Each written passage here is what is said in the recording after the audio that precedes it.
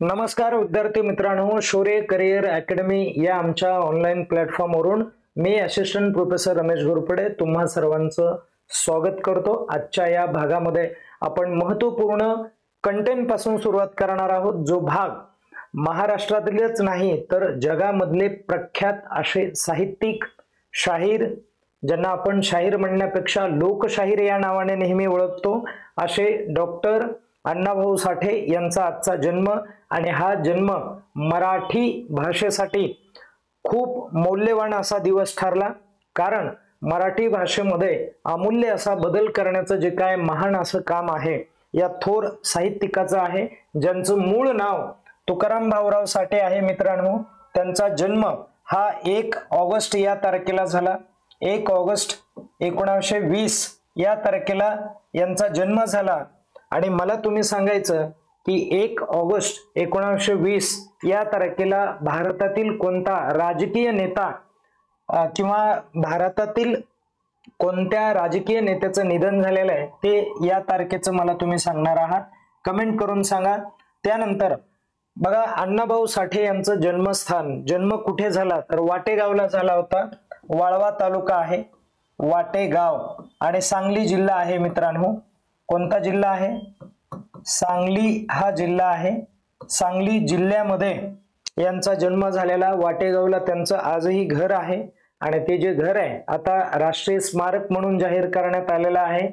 आणि त्यांचा मृत्यू जो आहे तो 18 जुलैला झाला। मित्रांनो, ठीक आहे, 18 जुलै 1979 च्या दरम्यान यांचा काय झालेला मृत्यू झालेला आहे। आणि त्यांचं जे काही कार्य आहे ते कलेच्या क्षेत्रामध्ये असल्यामुळे त्यांना लोक कलावंत म्हणून ओळखतात।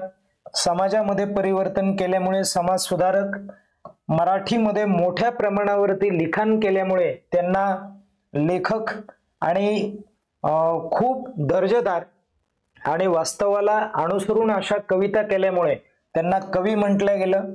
आणि आपल्या स्वतःच्या शायरीने समाजामध्ये कसं अमूल्य असं किंवा आमूलाग्र असं परिवर्तन करता येतं असे सांगणारे हे लोकशाहीर अण्णाभाऊ साठे आणि दलित चळवळीमधील एक प्रवर्तक म्हणून ओळखला जाणारा हा चेहरा, या दिवशी या महामानवाचा जन्म झाला।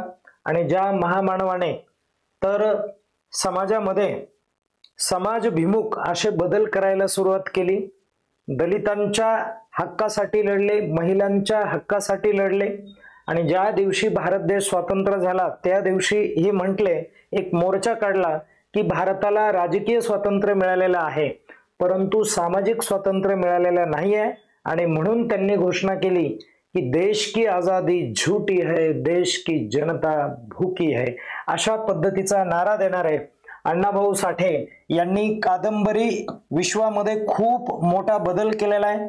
त्यांच्या 35+ कादंबऱ्या आहेत, ओके, आणि पवाडे लिहिलेले आहेत।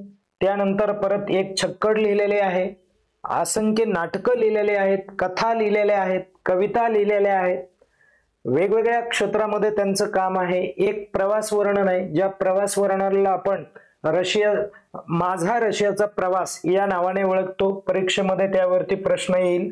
पुढचा मुद्दा आपण मित्रांनो जाणून घेऊ।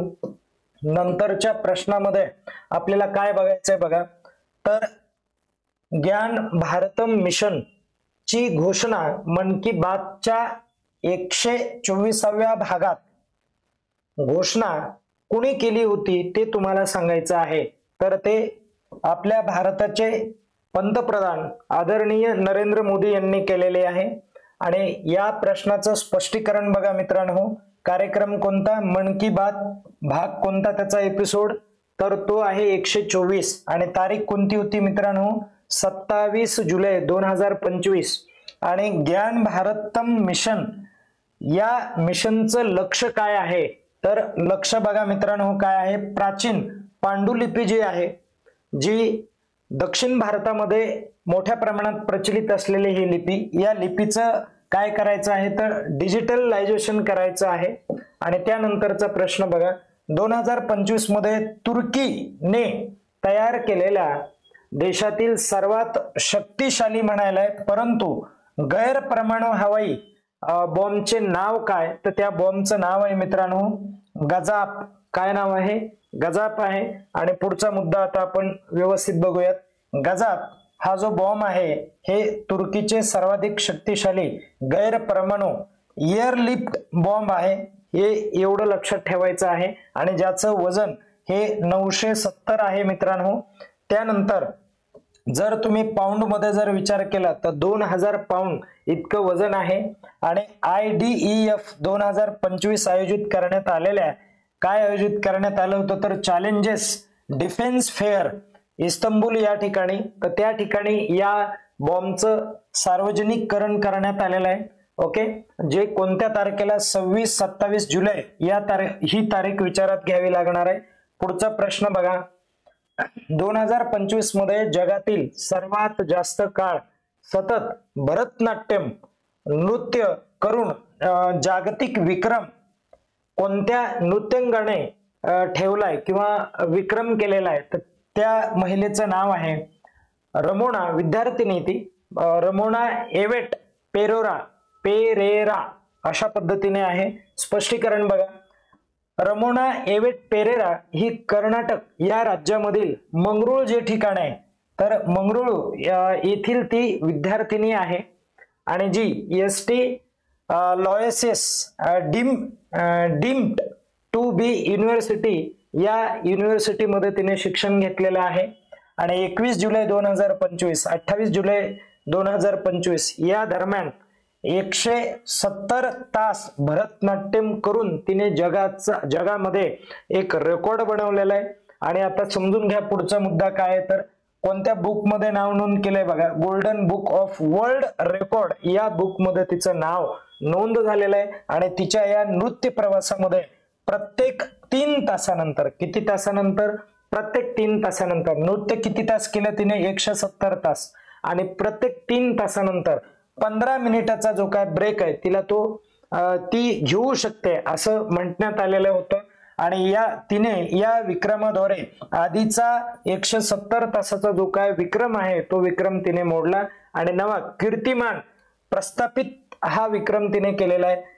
ती गेल्या 13 वर्षापासून भरतनाट्यम या नृत्य प्रकाराचं शिक्षण घेत आहे. आणि तिचे जे काही गुरु आहेत ते श्री विद्या मुरलीधर हे तिचे गुरु आहेत, प्रशिक्षण देणारे आहेत. त्यानंतर बघा DRDO ही भारताची संशोधन संस्था आहे. तर मला तुम्ही काय करायचंय, कमेंट करून सांगायचं की DRDO ची स्थापना कधी झाली आणि तिचं जे काय मुख्यालय आहे ते भारतात नेमकं कुठे आहे ते सांगायचं आहे.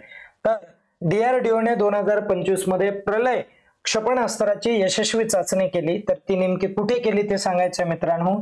ती ओडिसा या राज्यामध्ये केलेली. या प्रश्नाचं स्पष्टीकरण आपण बघूयात. चाचणीची तारीख काय होती? 28-29 जुलै 2025 या दिवशी झाली. चाचणीचं ठिकाण काय होतं तर डॉक्टर APJ अब्दुल कलाम बेट हे ठिकाण होतं. आणि ओडिसा चाचणी प्रकार जो आहे तर युजर इव्हॅल्युशन ट्रायल्स क्षेपणास्त्राच्या श्रेणीमध्ये ते क्षेपणास्त्र येतं. आणि अचूकतेची पडताळणी करण्यासाठी हे क्षेपणास्त्र महत्वपूर्ण आहे. परिणाम कुठला होणार आहे बघा. नियोजित मार्ग जो आहे, नियोजित मार्ग अनुसरून अचूक हिट आणि सर्व सिस्टम अपेक्षेप्रमाणे ते काम करेल अशा पद्धतीचं इथं त्याचं वर्कआउट आहे. आणि त्यानंतर IMF नावाची ही एक इंटरनॅशनल ऑर्गनायझेशन आहे. आणि ही इंटरनॅशनल ऑर्गनायझेशनची स्थापना कधी झाली, कोणत्या देशामध्ये मुख्यालय आहे, या गोष्टी मला तुम्ही सांगा, ज्याला आपण इंटरनॅशनल मॉनिटरी फंड असं म्हणतो बघा. ओके, तर ही जी संस्था आहे किंवा ही जी इंटरनॅशनल लेवलची ऑर्गनायझेशन आहे हिने काय केलं तर भारताचा GDP जो आहे तो वाढला आहे. आणि तो किती वाढला आहे तर 6.4% ठेवण्यात आलेला आहे किंवा मग वाढला आहे. तर ह्याचं जे काय वर्ष आहे, आर्थिक वर्ष, ते कोणतं आहे, कोणत्या वर्षी घोषित केलंय तर मित्रांनो हे लक्षात ठेवायचं 2025-26 हे असणार आहे. आणि आपण पुढचा मुद्दा बघूयात. बघा, झारखंड नावाचं राज्य आहे मित्रांनो. 24 जुलै 2025 मध्ये अटल मोहल्ला क्लिनिक हे जे आहे अटल मोहल्ला क्लिनिक याचं नाव चेंज करण्यात आलं, नाव बदललं आणि नाव काय ठेवण्यात आलं बघा, तर मदर टेरेसा प्रगत आरोग्य क्लिनिक अशा पद्धतीचं हे नाव ठेवण्यात आलं. मदर टेरेसा यांचं कोणत्या क्षेत्रामध्ये खूप महत्त्वपूर्ण काम आहे ते मला तुम्ही कमेंट करून सांगा. अशा असंख्य प्रश्नांचा आपल्याला आढावा दररोजच्या भागामध्ये बघायचा आहे. तुम्ही प्रतिसाद देणं हे खूप गरजेचं आहे मित्रांनो.